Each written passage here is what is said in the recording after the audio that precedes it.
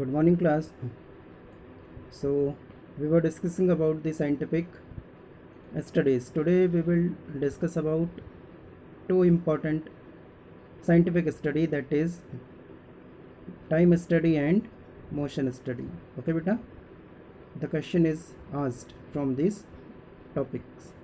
So, what is the meaning of time study or why it is conducted? So, technique of time study is conducted to determine, or the objective of the time studies are why time study is conducted. So first is the standard time required to perform a job. Okay, how much time should be taken while performing a job? It should be decided in time study. Second one is setting up the standard target for the workers. Okay, how much work a worker should done, this is decided in time study. Then determine the number of workers required to perform a job. Okay, we have seen that work is divided into different parts. So a particular part will be completed by how many workers? Okay, how many number of workers are required to do a particular job. And fourth is categorizing the workers efficiency and inefficiency category, or efficient and inefficient categories. Okay, through time study we can segregate the worker whether he is efficient or not. Okay, so these all are the purpose of conducting the time study. Okay, beta. How it is conducted? So an average worker is observed. Okay, how much time he is taking in doing a particular job. Okay, and this time is noted by the supervisor and it is repeated by 100 times. Okay, 100 बार उस work को करने में उस average worker को कितना time लग रहा है, इस टाइम को नोट किया जाता है. And after that we take out the average time. Okay, that time is decided the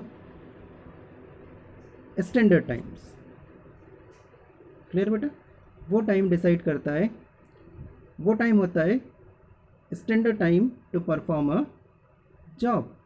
okay, and those worker who are able to perform the job in the given time, they are considered as efficient worker, and those who are taking more time than decided, they were considered as inefficient workers.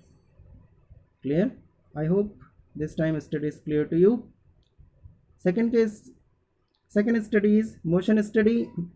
Why motion study is conducted? So to determine the movement of the worker when they are performing the job. Clear? जब worker work कर रहे हैं तो वो कितना movement कर रहे हैं. To differentiate between productive and unproductive movement, and whatever movement they are doing, how much productive movement is there and how much unproductive movement is there. Okay, then for cutting down unproductive and wasteful movement. Okay, if there is any unproductive or wasteful movement, in that case that movement will be deducted or subtracted. Clear beta? How will you conduct this study? So same method whatever we have applied in time study. Okay, in time study we have used stopwatch, here we will use camera. Okay, supervisor will observe average worker through the camera, how much time, how many time he is moving from one place to another place.